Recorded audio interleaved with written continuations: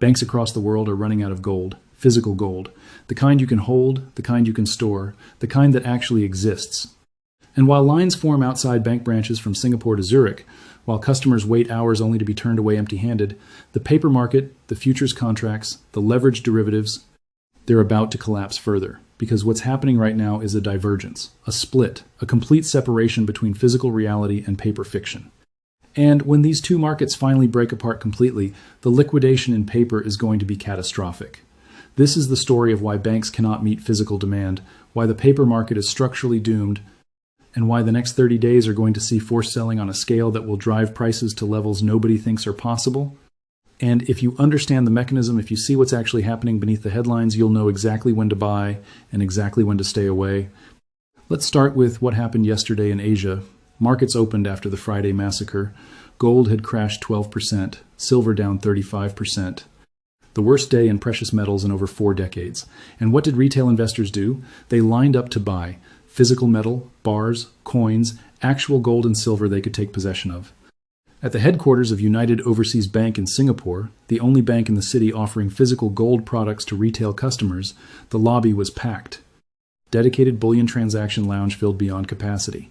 And these people were not there to sell. They were there to buy the dip, to accumulate physical metal at what they believed were bargain prices.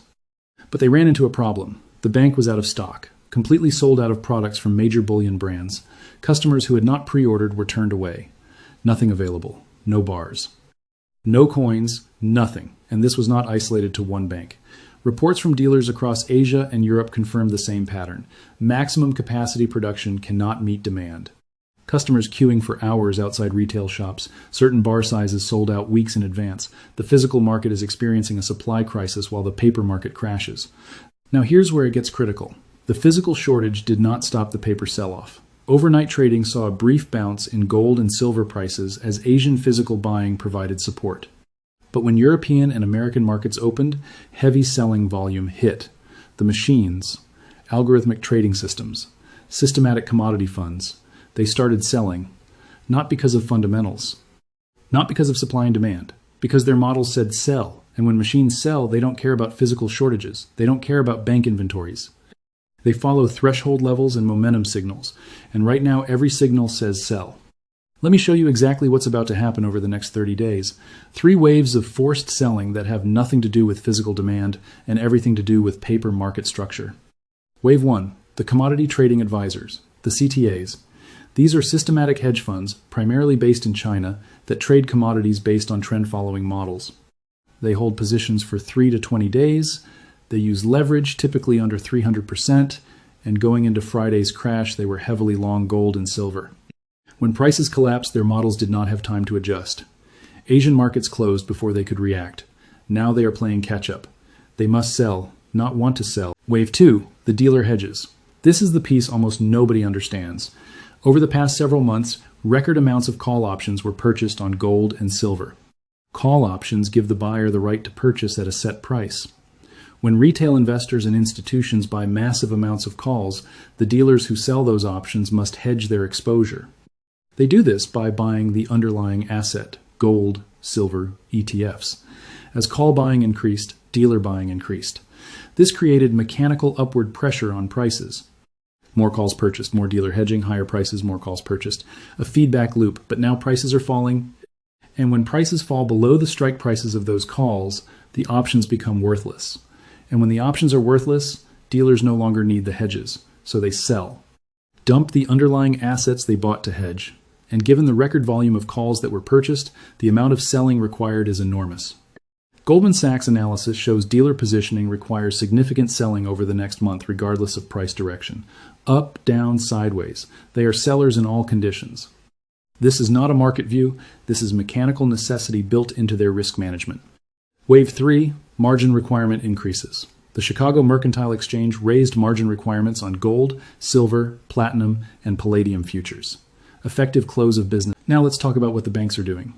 Because while physical demand is overwhelming supply, banks are actively limiting how much customers can buy. Chinese banks implemented new restrictions last week. Industrial and Commercial Bank of China, China Construction Bank, both raised minimum deposit amounts for gold accumulation products. Both implemented quota controls. You can buy, but not much. Why would banks limit purchases when demand is screaming and premiums are at all-time highs? Because they don't have the inventory. They cannot source physical metal fast enough to meet demand. And they know what's coming in the paper market. They know the machines are selling. They know dealers are selling. They know margins are rising. They know paper prices are going lower. And they do not want to be caught selling physical gold at $75 per ounce when the paper price is heading to $60. So they ration, they limit, they turn customers away. This tells you everything about the divergence between physical and paper. Now, let's address the narrative, the mainstream story. President Trump nominated Kevin Walsh as the next Federal Reserve Chair. Walsh is a hawk. He hates quantitative easing. He wants to shrink the Fed's balance sheet. He has been publicly critical of the central bank for years, and markets interpreted this as the end of the debasement trade. If the Fed shrinks its balance sheet, if quantitative easing gets unwound, if financial... Here's what most people are missing about Walsh. He is not confirmed. The Senate must approve him. That process takes time. And even if confirmed, changing Federal Reserve policy takes more time. Unwinding a $6.6 trillion balance sheet does not happen overnight. It's a multi-year process. And Walsh's views on monetary policy have evolved over time. What he said 5 years ago may not be what he does as Fed chair. The market is front-running speculation, pricing in an aggressive balance sheet reduction that may or may not happen. And in the process, creating a massive disconnect between paper prices and physical reality.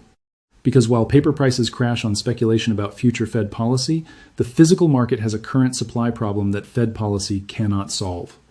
Let me show you where we are in the bubble cycle.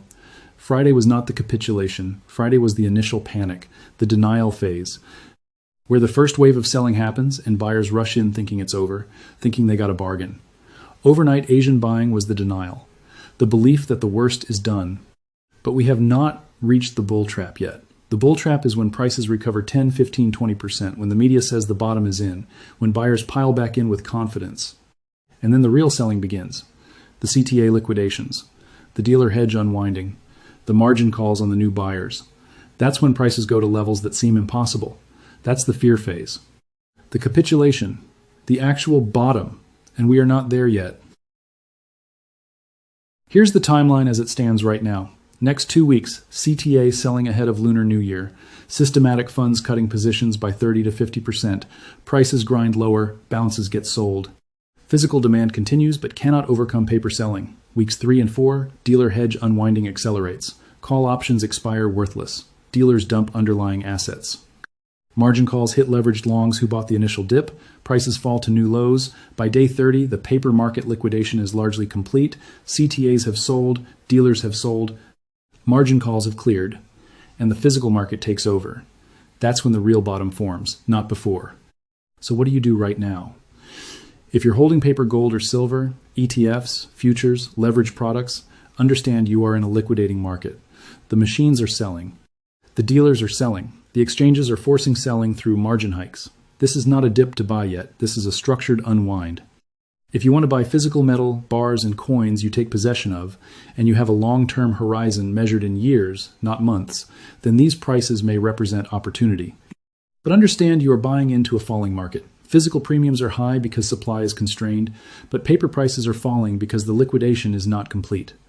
If you are a trader, if you operate in paper markets, if you use leverage, stay away, wait for the bull trap, wait for the relief rally, wait for prices to recover and sentiment to turn positive. Then watch for the next leg down. That's when the real opportunity appears. Either Jeffrey Gundlach, one of the most respected bond investors in the world, has been saying hold 20% of portfolios in cash or highly liquid short-term instruments. Not because cash yields well. Because when assets crash, when forced liquidations create panic, cash is the option to buy at prices you never thought you would see, but only if you have cash when the moment arrives. If you're fully invested when the capitulation hits, you are not buying the bottom. You are the bottom. You are the liquidity for someone else. Here's the critical insight. The paper market and the physical market are separating, diverging. Physical has supply shortages, bank rationing, customer queues, record premiums. Paper has forced selling, margin hikes, dealer unwinding, algorithmic liquidation. These two markets are telling completely different stories. Eventually they will reconcile. Either physical prices fall to meet paper, or paper prices rise to meet physical, or they split entirely into two separate markets with two separate prices. But right now, in the next 30 days, paper is driving. The machines control the price. The dealers control the flow. The exchanges control the leverage. And all of them are selling. Physical demand does not matter. Supply shortages do not matter. Customer queues do not matter. What matters is the structure. And the structure says sell for 30 more days.